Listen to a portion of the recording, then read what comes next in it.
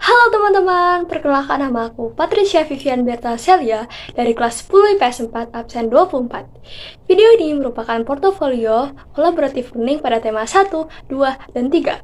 Selamat menyaksikan! Pada tema 1, produk pertama saya dalam menjalani kolaboratif learning di kelas 10 ini adalah blog berjudul Jeritan Semeru, yang mengharuskan saya bersama teman sekelompok saya mengkolaborasikan 7 mata pelajaran. Pada produk blog ini, kelompok kami membuat blog melalui website Blogger. Blog ini disusun dengan landasan tema yaitu Deru Semeru. Produk ini merangkum 7 mata pelajaran seperti bahasa Inggris, matematika wajib, sosiologi, bahasa Indonesia, PPKN, sejarah minat, dan PAK. Dimulai dari membahas good announcement tentang bagaimana membuat pengumuman yang baik agar dimengerti pembaca maupun pendengar. Lalu membahas ilmu trigonometri untuk mengukur jarak dan sudut dari rumah warga ke puncak gunung, hingga gejala sosial akibat erupsi Gunung Semeru. Dari pembuatan blog ini, saya belajar bagaimana pembuatan naskah blog yang teratur dan saling nyambung antara 7 mata pelajaran. Saya juga dilatih secara sikap untuk lebih menghargai waktu dan mengatur waktu dengan baik supaya tugas yang diberikan selesai tepat waktu. Produk yang saya buat selanjutnya adalah podcast. Podcast yang saya buat bersama 2 anggota kelompok saya dipublish pada platform YouTube. Podcast ini dibuat dengan landasan tema healing. Podcast ini berjudul TBL, karena pada saat itu kata TBL sedang tren di kalangan anak muda, sehingga kami terinspirasi untuk mengambil judul TBL, yang berarti takut bersuara lantang. Sama dengan produk sebelumnya, podcast ini terdapat 7 mata pelajaran dalam program kolaboratif learning. Topik dari podcast ini adalah tentang orang yang takut menyuarakan pembelaan diri untuk keluar dari masalahnya.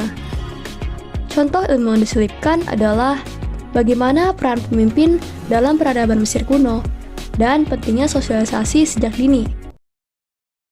Ramses II atau Ramses II sering dianggap firaun terbesar dan terkuat di zaman Mesir kuno. Melalui produk ini, sekali lagi saya belajar dalam pembuatan naskah podcast yang teratur dan menemukan aplikasi baru yang bisa digunakan untuk mengedit podcast. Saya juga dilatih dalam segi komunikasi dengan kelompok saya supaya lebih lancar dalam menyampaikan ide dan melatih sifat kepemimpinan. Produk terakhir yang saya buat dalam program kolaboratif learning adalah vlog yang berjudul Chit Chat with Bestie. Pada vlog ini, kelompok kami melakukan syuting secara online di rumah masing-masing dan offline di sekolah.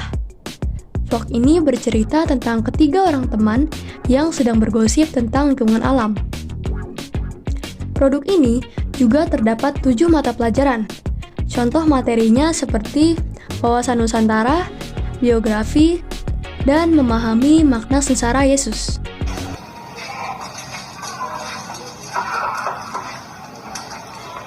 Gimana sih? Tadi dia bilang sama Carla kalau pulang sama sembarangan itu bukan berlaku sebagai sahabat Allah. Tahu ya, Rana?